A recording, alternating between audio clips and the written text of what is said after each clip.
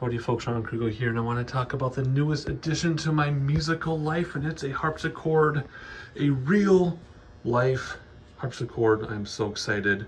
I've been wanting a harpsichord since I was 13 years old, and some 30 odd years later I finally have one in my possession. I'll talk all about it and everything, but this just arrived less than a day and a half ago. So when you see how dirty it is, see how dirty it is. It's dirty. There's some quirks and things. We're going to go over everything. I just wanted to take a video before I did anything to it. And then I'll either make videos of the process of doing some things to it, or maybe just a video after. It's in great shape. It's completely playable. There's nothing that I have to do other than replace a few strings.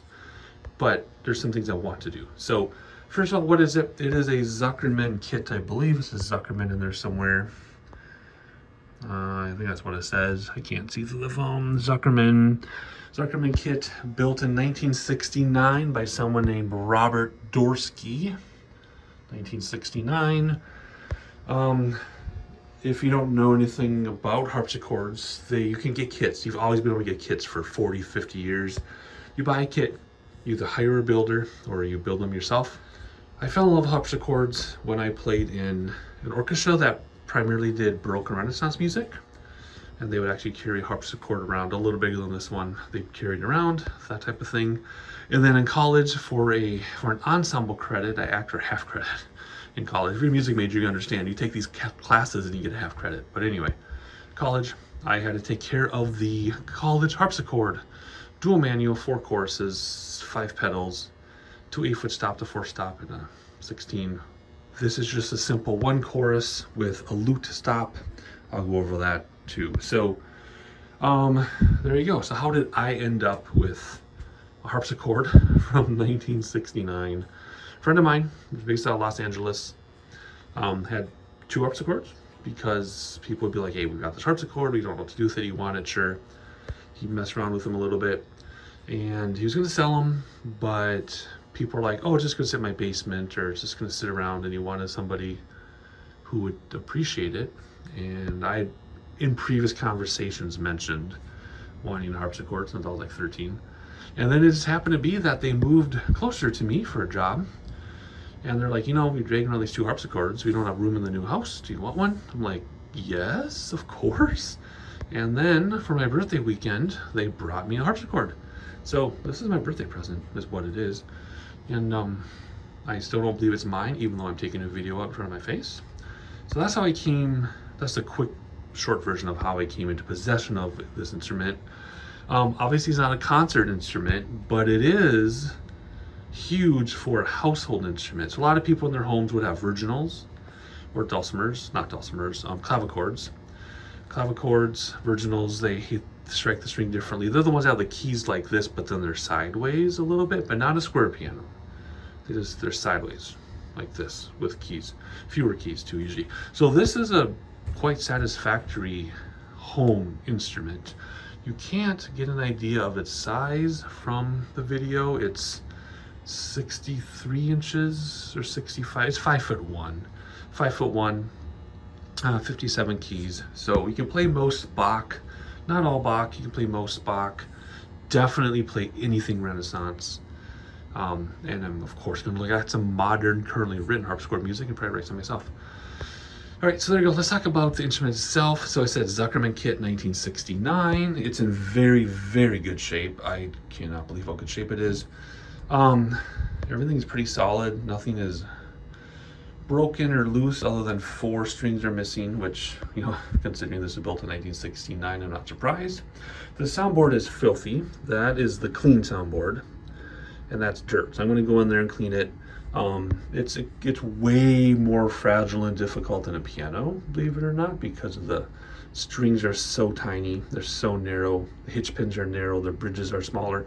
It's a lot more fragile than a piano, so it's gonna be more difficult to clean. But I know I can do it, so I'm going to clean it. If there's a video of me cleaning it, I don't know, it depends how I feel, so make sure you're subscribed so you can follow along if you want to. So that's the soundboard. 4 strings missing, like I said. Speaking of strings, I don't think this is going to show up on video, but whoever did the original strings, the winding, did a horrific, awful job. Look at that. I don't know if you can tell. but they're not supposed to. This is a mess. It's horrible. But the replacement strings, see how perfect they are? And see how shiny they are? So if you look at how shiny the string winding is and how good it is compared to the bad ones, like look how bad that is. I think like 10 strings have already been replaced since the 60s, which is impressive. You'd think they'd all have been replaced by now. But anyway, so like 10 strings have been replaced. I have to replace 4 more. Someone tried because this pin is way higher than the others. So you got to put a string on there, wind it up tightly, pound the daylights out of it till it's about level, and then just tune it a little bit. So no problem. I'm actually buying strings that already have the loop ends for the hitch pins just because it's easier. I figure if I restring this entire thing and I buy the strings already made, I only save $15 compared to if I just get spools of wire and make my own hitch pin loops. So we'll see how I feel. So anyway, some strings have been replaced and they're wound very nicely. The originals, look how awful that is. Look at that. That's horrible. But whatever, it stays in tune pretty much and it works, I guess. So whatever. So I got those strings replaced. No problem. As far as the jacks, I guess I can take this off and show you quickly. Let me move this. If you can do this with one hand, I should be able to do this with one hand. Not a problem, right? Let's get back in focus. There we go. Come on. Can I do this with one hand? Or is it too heavy? It's kind of heavy for one hand, but I got it. Bump the thing. That's okay. Let me just put that aside off camera. Wow, it's hard to do this with one hand. Let's see if this will stay up one-handed, please. There you go. Okay. All the jacks, they're Zuckermann kit jacks. They're all original, and they are the plastic ones. What's interesting about it is a lot of times I was reading that these original jacks from the 70s, and this is 1969, that they break. They get brittle and break. But every single jack is fine. So I don't know. But if I do have to replace the jack, I'll just do the whole set. But everything's fine. It looks like the quills are, I don't think there's actual quills anymore, but the plectrums are actually voiced. Except for there's one up here that stands out. Let me put this back. I have 2 things to actually say about that. Can you get back in there? Okay, come on. I fixed all the harpsichord stuff when I was in college. So this is quite simple compared to 4 choruses. But anyway, there's one jack up here that sticks. I think it's, is it the D? Or which one was it? This one. The second to last. So that one doesn't go back down. Sometimes it does. And of course, without the cover, they're not going to come down as easily. But yeah, so one of them kind of wants to stay up. So I have to go through and figure out why it stays up. Not a big deal, just something I got to do. Otherwise, they're all good. And then there's one up here that sounds really weird. So I don't know if it was replaced and they didn't voice it or what, but one of them sounds really out of place. So I have to figure out which one it is and see if I have to voice the plectrum or not. So anyway, say about the soundboard being filthy, talked about the strings, talked about the winding, talked about the jacks. Another weird thing is this doesn't slide out.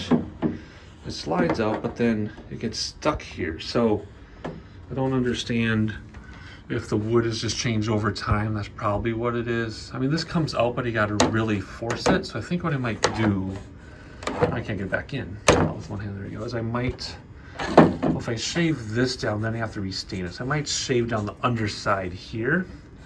Then it should slide out just fine.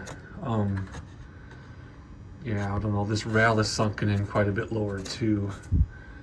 There's quite a bit of quirks in this. Like whoever built this, like there's some fit and finish things that are kind of confusing, but whatever, I'm not going to complain. There's all stuff I can manage. So I might just sand the underside of this so it slides out, because it has to slide out for tuning and stuff. And you know, you tune your own harpsichord like weekly, usually, if not more, or whenever it needs it. You don't hire a tuner for a harpsichord. Harpsichord owners tune their own. It's not hard. It's super easy. It's like tuning a guitar 3 times or whatever. It's not a big deal. I got to fix that. And the other weird thing, this lever for the lute stop, it works wonderfully. But the problem is that it's such a long lever that if you try to close it, it digs in up here. So you can't actually close this all the way. You can close the lid and then you can unfold it but it doesn't close. It sticks out a little bit like this because this pushes it out. And then you can see in both positions it digs. So what I need to do is either never close it or take this off and hacksaw it down, or just get a new lever. All it is a lever that's screwed in. That is all it is. And then it just pushes, see, it pushes this little bit connection right here.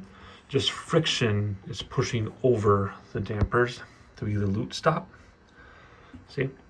So if I just hacksaw this down and smooth it out, make it look nice, polish it up, it'll be fine. Plus, it doesn't need to stick out that far. I've played lots of harpsichords in my life, and they usually only come out like this far. It's a little tiny knob that you move back and forth.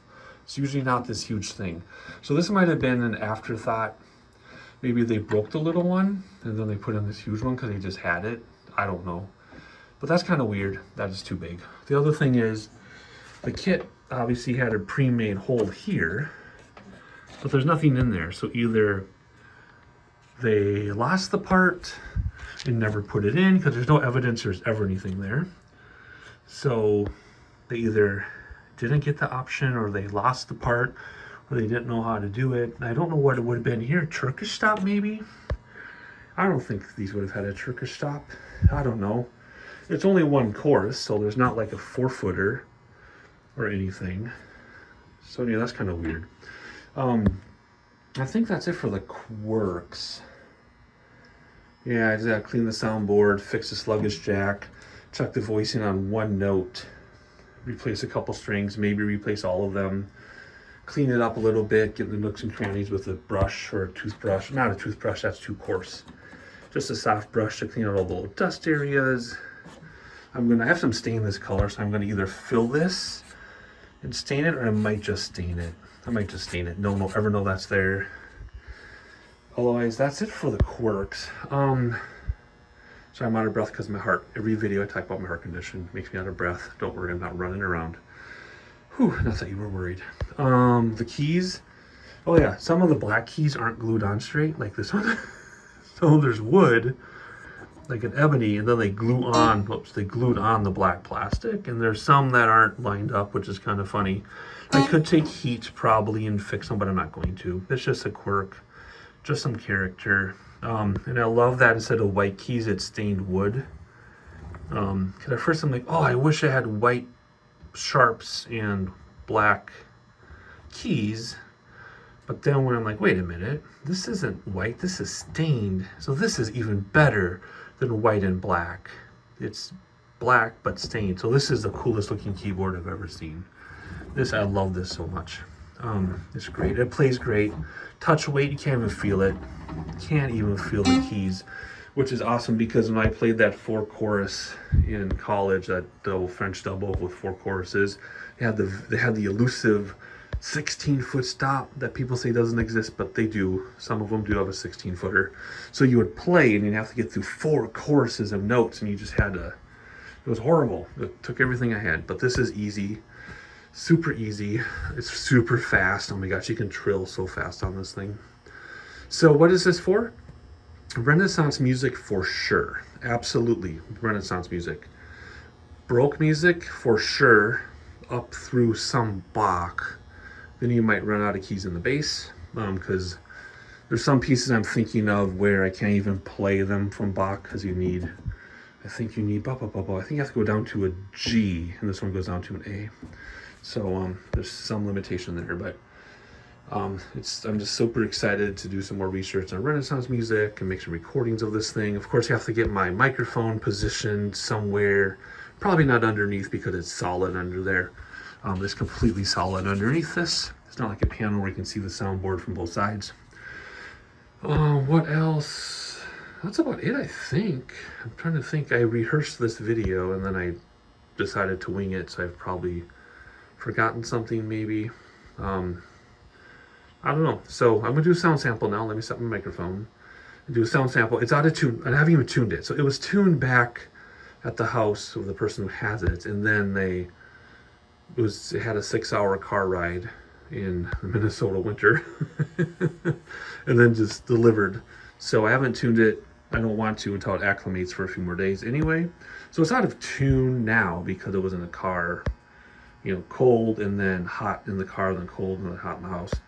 So it's not in tune, so don't hold it against it. But I'm gonna set my microphone, do a cute little sound sample for like a minute or two, and hopefully you enjoy it. So quick edit for you when you hear a sound sample.